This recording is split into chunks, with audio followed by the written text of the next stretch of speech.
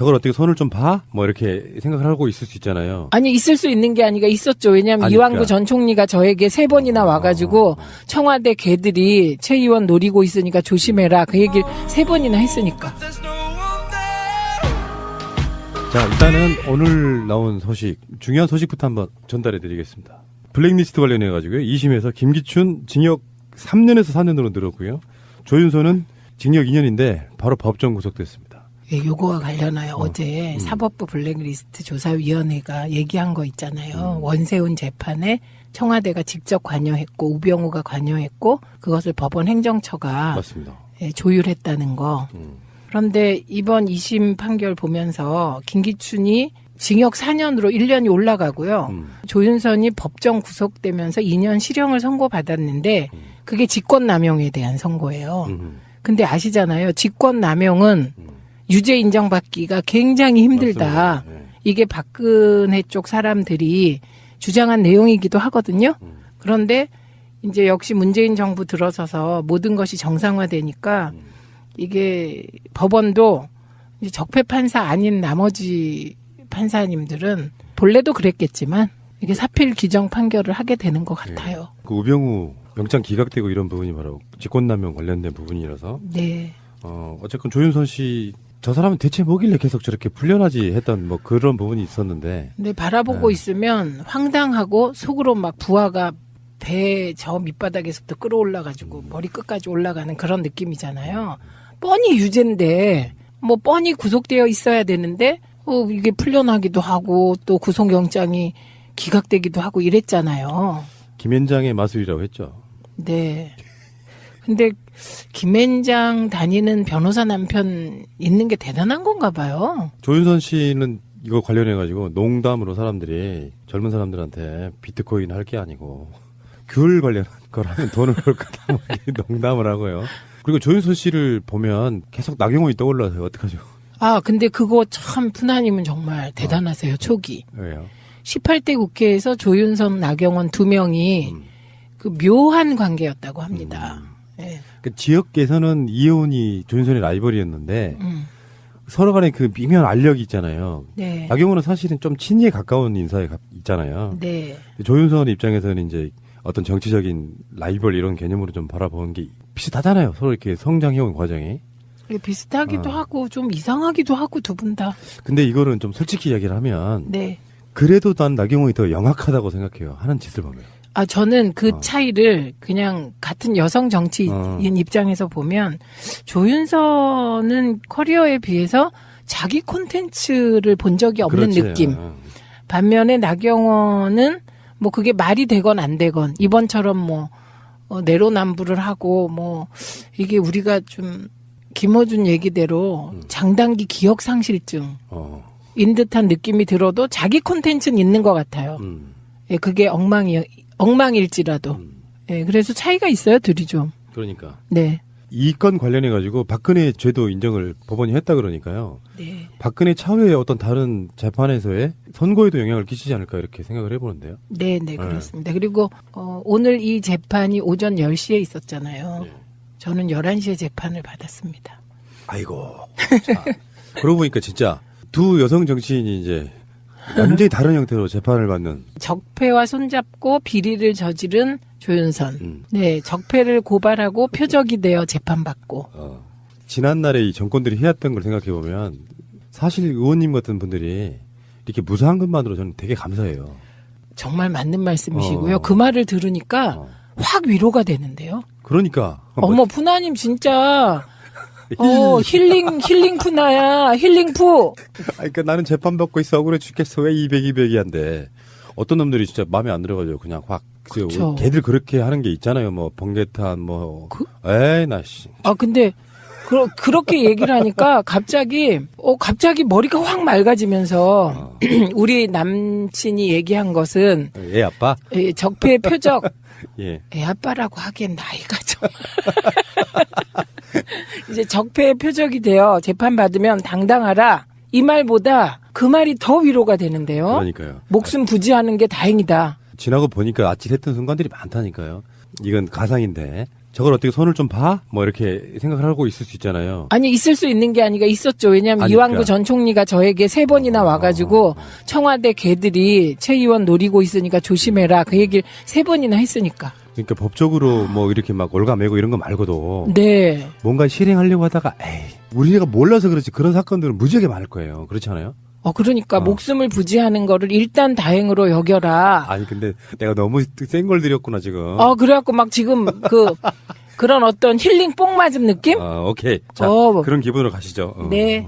그 지난날 그러니까 박근혜 정권 하에서 있었던 총선 생각해 보면 김종인 씨가 뭐 악의가 있었건 없었건 간에 당에서 뭐 공천을 주거나 등등 여러 가지 이유를 할 때 그 박근혜 정권의 엄혹한 상황에서는 야당도 공천들을 영향을 받았다고 보는 게 맞잖아요. 컷오프도 그렇고. 그렇죠. 게리맨더링. 네, 그러니까 그 게리맨더링도 그렇고 그러면서 이게 사실은 4년이라고 하는 임기 기간이 있기 때문에 그 흔적들이 지금 남아서 오는 건데 빨리 좀 시간이 지나가지고 해소가 됐으면 좋겠어요. 사실 총선 다시 치러야 돼요. 총선 무효를 선언하고 제 입장에서는. 얼써. 자, 문재인 대통령 이야기를 좀 하겠습니다. 지금 청와대에서 연일 나오고 있는 메시지들은 네. 솔직히 말씀드리면 평창 올림픽 북한 뭐 단일팀 등 논란에 의해서 지지율이 조금 빠지고 있다. 제가 항상 이제 걱정하는 부분 바로 그 지점이 온 거거든요. 네. 이게 실제로 지지율이 빠졌다기보다는요. 논란을 위한 논란을 만들고 그게 지금 지지율이 빠지는 추세다라는 것을 계속 보도하는 언론 때문에 빠져요. 예, 맞습니다. 네. 맞고요. 이게 우리나라 언론들 좀 정신 차리셔야 돼요. 지금 처음부터 지금까지 언론이 문재인 대통령과 문재인 정부의 활동에 대해서 내용을 제대로 보도한 적이 있습니까? 지금 보면 일단 흔들라는 시각으로 봐요. 그러니까 사실 전달을 하고 뭐 논평을 해야 되는데 일단 흔들고 논평을 해요. 그러면 그 과정에서 사실이 비틀어진 것도 많고요. 근데 문재인 대통령이 이번에 인형 공세를 막 하니까 그에 대해서 바람 앞에 촛불 지키듯 힘 모아달라고 얘기했잖아요. 너무 간절하죠. 예. 그런데 문재인 대통령과 문재인 정부가 이번에 해낸 거를 외신은 완전히 다르게 평가하고 있습니다. 자유한국당은 자기들이 옛날에는 평창 올림픽에 남북 단일팀도 구성하자 뭐 하자 이렇게 특별법까지 만들고 그랬잖아요. 그런데 이제 와서는 완전히 말 바꾸기 하고 있는 거잖아요.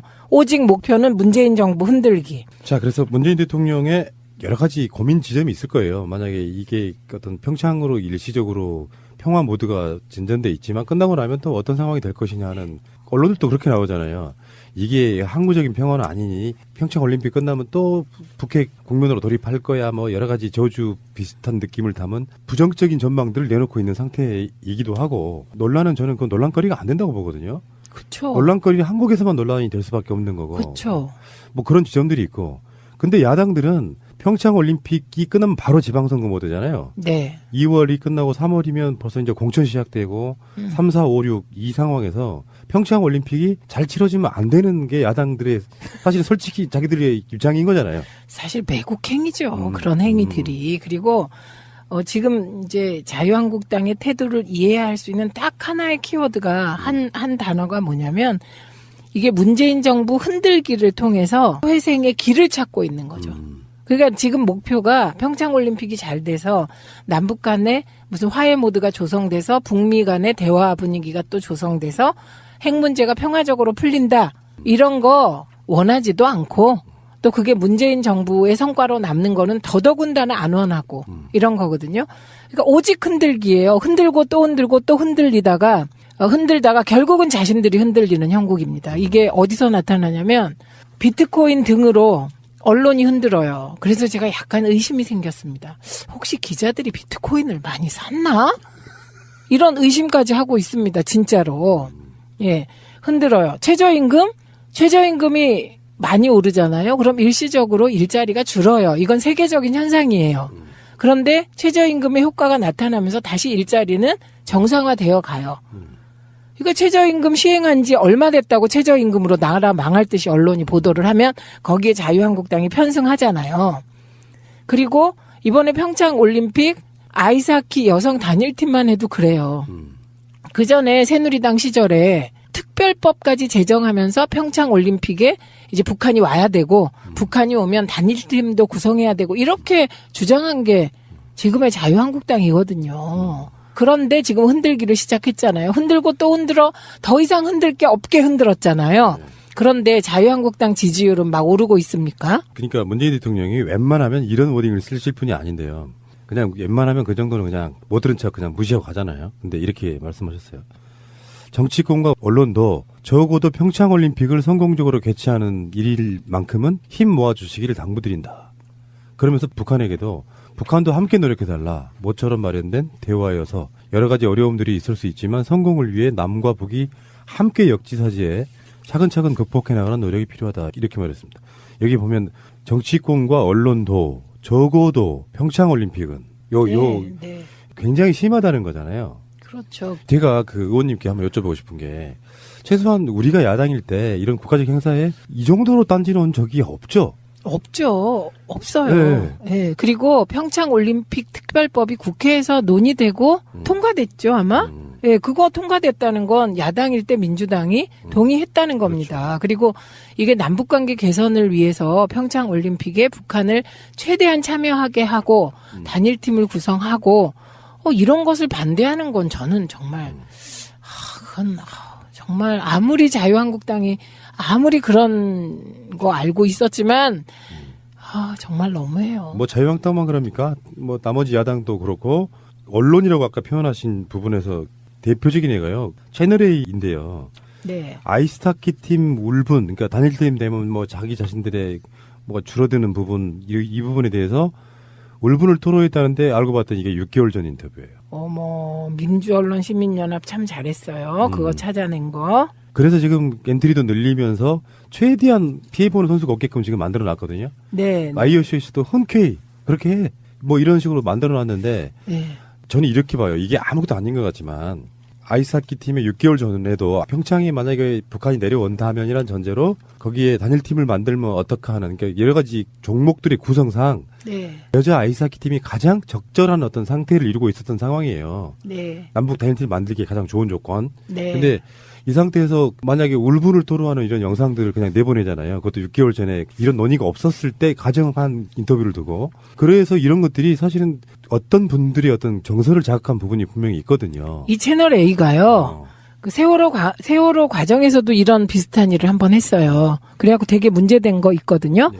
그러니까 이런 채널 A 같은 이런 종편은요. 정신 못 차리고 계속 이렇게 이거 오직 문재인 정부 흔들기, 평창 올림픽 꿰기, 회방 놓기 그 과정에서 이런 일이 나오지 않았겠습니까? 물론 문재인 정부 흔들기가 더 컸다고 생각하고 또 다른 한편에선 지금 남북이 분단되어 있고 남북이 대결해야 안보 상업주의로 이제 언론 그 유지할 수 있는 언론이 지금 남북이 화해 모드로 들어선 요 정말 100일간의 제한적인 화해 모드도 지금 불안한 거 아니겠어요.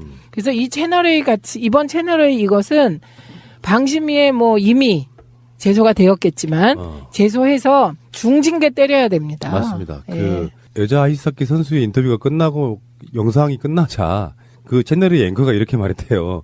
눈빛과 말투가 상당히 간절하네요. 아이스하키 팀은 여러 가지 울분을 토로하고 있는데 사실 이 울분의 기폭제 그러니까 기름을 부었다고 할 만한 발언이 어제 이낙연 총리의 입에서 뭐 땡땡땡 이렇게 이야기를 했다 그러는데 야 뭐 6개월 전에 인터뷰를 놓고 간절하네 만에 정말 악의적이잖아요. 악의적이고요. 타임머신 타고 왔다 갔다 하면서 앞뒤를 섞어가지고 오직 문재인 정부 흔들기, 이낙연 흔들기, 남북관계 진전 흔들기 어떻게 이런 짓을 합니까? 여기서 질문이요. 가끔씩 종편 제어가 심사나 또 이따가 KBS 이야기가 나오겠습니다만 뭐 어떤 점수를 받고 제어가 하는 과정들이 있잖아요. 네. 왜 채널A 같은 이 방송들이 제어가 어떤 전제 조건을 달고 또 되고 하는 거예요? 조건이 안 되면 바로 없애버려야지. 예, 저는 엄청 원칙주의자죠. 저는.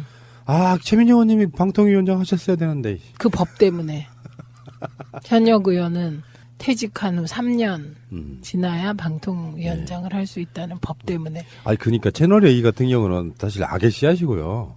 보도하는 거 보면은 그냥 저질이에요. 그러니까 제가 19대 국회에서 채널A의 주주 구성의 불법성 등 채널A가 시작부터 불법이다. 그런 자료들을 제시했습니다. 그리고 검찰에 시민단체가 고발까지 했습니다. 그런데 당시 검찰이 조사를 안 했어요, 수사를. 그리고 질질 끌던 사안인데 저는 채널A 주주 구성의 불법성과 관련하여 이거 왜 지금이라도 조사 안 하는지. 예.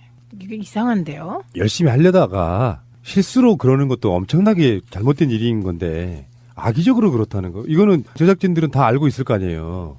알죠. 이 인터뷰가 최근 논란이 돼서 한 인터뷰가 아니라는 거를. 네. 그러니까 그 비슷한 시기에 문재인 대통령은 진천의 선수촌에 가서 그 선수들 만나서 위로하고 건의사항으로 실업팀 창단 같은 어떤 대안들을 지금 받아들고 온 상황인데 네. 그 비슷한 시기에 채널에게 이렇게 내면 어떤 식으로까지 왜곡이 될 수 있냐면 문재인 대통령까지 갔는데 선수들은 이렇게 생각하고 있더라 이렇게 돼버린단 말이에요. 아, 그렇죠. 왜곡하려고 마음먹으면 아. 끝이 없죠. 왜곡에는 끝이 없는 거고 그 왜곡의 의도가 극우 상업주의일 때는 더더구나 답이 없는 그러니까요. 거예요. 그러니까 이 극우 상업주의의 문재인 대통령 흔들기 이번에 채널 A 이 말도 안 되는 타임머신 오버 예, 이걸 계기로 이게 방심위가 제대로 이건 국민의 이름으로 철퇴를 내려야 됩니다. 자, 이효성 위원장님 좀 분발하십시오. 이거죠. 이효성 위원장님 직을 거세요. 세상에 모든 게 다 직이야. 알겠습니다. 저걸 어떻게 손을 좀 봐? 뭐 이렇게 생각을 하고 있을 수 있잖아요. 아니 있을 수 있는 게 아니라 있었죠. 왜냐하면 아니, 이완구 그러니까. 전 총리가 저에게 3번이나 와가지고 청와대 개들이 최 의원 노리고 있으니까 조심해라 그 얘기를 3번이나 했으니까. 자, 일단은 오늘 나온 소식, 중요한 소식부터 한번 전달해 드리겠습니다. 블랙리스트 관련해 가지고요. 2심에서 김기춘 징역 3년에서 4년으로 늘었고요. 조윤소는 징역 2년인데 바로 법정 저걸 어떻게 손을 좀 봐? 뭐 이렇게 생각을 하고 있을 수 있잖아요. 아니 있을 수 있는 게 아니라 있었죠. 왜냐하면 아니, 이완구 그러니까. 전 총리가 저에게 3번이나 와가지고 청와대 개들이 최 의원 노리고 있으니까 조심해라 그 얘기를 3번이나 했으니까. 자, 일단은 오늘 나온 소식, 중요한 소식부터 한번 전달해 드리겠습니다. 블랙리스트 관련해 가지고요. 2심에서 김기춘 징역 3년에서 4년으로 늘었고요. 조윤소는 징역 2년인데 바로 법정 구속됐습니다. 예, 요거와 관련하여 어제 사법부 블랙리스트 조사위원회가 얘기한 거 있잖아요. 원세훈 재판에 청와대가 직접 관여했고 우병우가 관여했고 그것을 법원 행정처가 맞습니다. 예, 조율했다는 거. 그런데 이번 2심 판결 보면서 김기춘이 징역 4년으로 1년이 올라가고요. 조윤선이 법정 구속되면서 2년 실형을 선고받았는데 그게 직권남용에 대한 선고예요. 근데 아시잖아요. 직권남용은 유죄 인정받기가 굉장히 힘들다. 맞습니다. 네. 이게 박근혜 쪽 사람들이 주장한 내용이기도 하거든요. 그런데 이제 역시 문재인 정부 들어서서 모든 것이 정상화되니까 이게 법원도 이제 적폐 판사 아닌 나머지 판사님들은 본래도 그랬겠지만 이게 사필 규정 판결을 하게 되는 것 같아요. 그 우병우 영장 기각되고 이런 부분이 바로 직권남용 관련된 부분이라서 네. 어쨌건 조윤선 씨 저 사람은 대체 뭐길래 계속 저렇게 풀려나지 했던 뭐 그런 부분이 있었는데 근데 바라보고 있으면 황당하고 속으로 막 부하가 그랬던 순간들이 많다니까요. 이건 가상인데 저걸 어떻게 손을 좀 봐? 뭐 이렇게 생각을 하고 있을 수 있잖아요. 아니 있을 수 있는 게 아니라 있었죠. 왜냐하면 아니, 이완구 그러니까. 전 총리가 저에게 3번이나 와가지고 청와대 개들이 최 의원 노리고 있으니까 조심해라 그 얘기를 3번이나 했으니까. 그러니까 법적으로 뭐 이렇게 막 올가매고 이런 거 말고도 네. 뭔가 실행하려고 하다가 우리가 몰라서 그렇지 그런 사건들은 무지하게 많을 거예요. 그렇지 않아요? 그러니까 목숨을 부지하는 거를 일단 다행으로 여겨라. 아니 근데 내가 너무 센 걸 드렸구나 지금. 그래갖고 막 지금 그런 어떤 힐링 뽕 맞은 느낌? 오케이. 자, 그런 기분으로 가시죠. 네. 그 지난날, 그러니까 박근혜 정권 하에서 있었던 총선 생각해보면 김종인 씨가 뭐 악의가 있었건 없었건 간에 당에서 뭐 공천을 주거나 등등 여러 가지 이유를 할 때 그 박근혜 정권의 엄혹한 상황에서는 야당도 공천들을 영향을 받았다고 보는 게 맞잖아요. 컷오프도 그렇고. 그렇죠. 게리맨더링. 네, 그러니까 그 게리맨더링도 그렇고 그러면서 이게 사실은 4년이라고 하는 임기 기간이 있기 때문에 그 흔적들이 지금 남아서 오는 건데 빨리 좀 시간이 지나가지고 해소가 됐으면 좋겠어요. 사실 총선 다시 치러야 돼요. 총선 무효를 선언하고 제 입장에서는. 벌써 자, 문재인 대통령 이야기를 좀 하겠습니다. 지금 청와대에서 연일 나오고 있는 메시지들은 네. 솔직히 말씀드리면 평창 올림픽 북한 뭐 단일팀 등 논란에 의해서 지지율이 조금 빠지고 있다. 제가 항상 이제 걱정하는 부분 바로 그 지점이 온 거거든요. 네. 이게 실제로 지지율이 빠졌다기보다는요. 논란을 위한 논란을 만들고 그게 지금 지지율이 빠지는 추세. 배 저 밑바닥에서부터 끌어올라가지고 머리 끝까지 올라가는 그런 느낌이잖아요. 뻔히 유죄인데 뭐 뻔히 구속되어 있어야 되는데 이게 풀려나기도 하고 또 구속영장이 기각되기도 하고 이랬잖아요. 김현장의 마술이라고 했죠. 네. 근데 김현장 다니는 변호사 남편 있는 게 대단한 건가 봐요. 조윤선 씨는 이거 관련해가지고 농담으로 사람들이 젊은 사람들한테 비트코인 할 게 아니고 귤 관련한 거라면 돈을 벌 거다 뭐 이렇게 농담을 하고요. 그리고 조윤선 씨를 보면 계속 나경원이 떠올라서요. 어떡하죠? 아, 근데 그거 참 푸나님은 정말 대단하세요. 초기. 왜요? 18대 국회에서 조윤선, 나경원 두 명이 그 묘한 관계였다고 합니다. 예. 그 지역에서는 이혜원이 조윤선의 라이벌이었는데 음. 서로 간에 그 미묘한 알력이 있잖아요. 네. 나경원은 사실은 좀 친이에 가까운 인사에 있잖아요. 네. 조윤선 입장에서는 이제 어떤 정치적인 라이벌 이런 개념으로 좀 바라보는 게 비슷하잖아요. 서로 이렇게 성장해온 과정이. 비슷하기도 하고 좀 이상하기도 하고 두 분 다. 근데 이거는 좀 솔직히 이야기를 하면 네. 그래도 난 나경원이 더 영악하다고 생각해요. 하는 짓을 보면. 아, 저는 그 차이를 그냥 같은 여성 정치인 입장에서 보면 조윤선은 커리어에 비해서 자기 콘텐츠를 본 적이 없는 그렇지. 느낌. 반면에 나경원은 뭐 그게 말이 되건 안 되건 이번처럼 뭐 내로남불을 하고 뭐 이게 우리가 좀 김어준 얘기대로 장단기 기억 상실증 인 듯한 느낌이 들어도 자기 콘텐츠는 있는 것 같아요. 예, 그게 엉망일지라도. 예, 그래서 차이가 있어요, 둘이 좀. 그러니까. 네. 이 건 관련해가지고 박근혜 죄도 인정을 법원이 했다 그러니까요. 네. 박근혜 차후에 어떤 다른 재판에서의 선고에도 영향을 끼치지 않을까 이렇게 생각을 해보는데요. 네, 네, 그렇습니다. 그리고 오늘 이 재판이 오전 10시에 있었잖아요. 네. 저는 11시에 재판을 받았습니다. 아이고.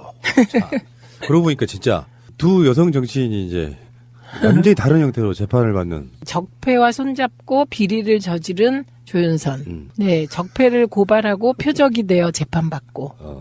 지난날에 이 정권들이 해왔던 걸 생각해 보면 사실 의원님 같은 분들이 이렇게 무사한 것만으로 저는 되게 감사해요.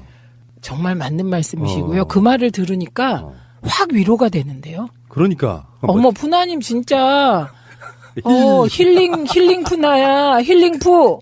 그러니까 나는 재판 받고 있어 억울해 죽겠어. 왜 200이 한데 어떤 놈들이 진짜 마음에 안 들어가지고 그냥 확. 그쵸. 걔들 그렇게 하는 게 있잖아요. 뭐 번개탄 에이 나 씨. 아 근데 그렇게 얘기를 하니까 갑자기 머리가 확 맑아지면서 우리 남친이 얘기한 것은 애 아빠? 적폐의 표적. 예. 애 아빠라고 하기엔 나이가 좀. 이제 적폐의 표적이 되어 재판받으면 당당하라. 이 말보다 그 말이 더 위로가 되는데요. 그러니까요. 목숨 부지하는 게 다행이다. 지나고 보니까 아치다라는 것을 계속 보도하는 언론 때문에 빠져요. 예, 맞습니다. 네. 맞고요. 이게 우리나라 언론들 좀 정신 차리셔야 돼요. 지금 처음부터 지금까지 언론이 문재인 대통령과 문재인 정부의 활동에 대해서 내용을 제대로 보도한 적이 있습니까? 지금 보면 일단 흔들라는 시각으로 봐요. 그러니까 사실 전달을 하고 뭐 논평을 해야 되는데 일단 흔들고 논평을 해요. 그러면 그 과정에서 사실이 비틀어진 것도 많고요. 근데 문재인 대통령이 이번에 인형 공세를 막 하니까 그에 대해서 바람 앞에 촛불 지키듯 힘 모아달라고 얘기했잖아요. 너무 간절하죠. 예. 그런데 문재인 대통령과 문재인 정부가 이번에 해낸 거를 외신은 완전히 다르게 평가하고 있습니다. 자유한국당은 자기들이 옛날에는 평창올림픽에 남북 단일팀도 구성하자 뭐하자 이렇게 특별법까지 만들고 그랬잖아요. 그런데 이제 와서는 완전히 말 바꾸기 하고 있는 거잖아요. 오직 목표는 문재인 정부 흔들기. 자, 그래서 문재인 대통령의 여러 가지 고민 지점이 있을 거예요. 만약에 이게 어떤 평창으로 일시적으로 평화 모드가 진전돼 있지만 끝나고 나면 또 어떤 상황이 될 것이냐 하는 언론들도 그렇게 나오잖아요. 이게 항구적인 평화는 아니니 평창 올림픽 끝나면 또 북핵 국면으로 돌입할 거야 뭐 여러 가지 저주 비슷한 느낌을 담은 부정적인 전망들을 내놓고 있는 상태이기도 하고 논란은 저는 그 논란거리가 안 된다고 보거든요. 그렇죠. 논란거리는 한국에서만 논란이 될 수밖에 없는 거고. 그렇죠. 뭐 그런 지점들이 있고. 근데 야당들은 평창 올림픽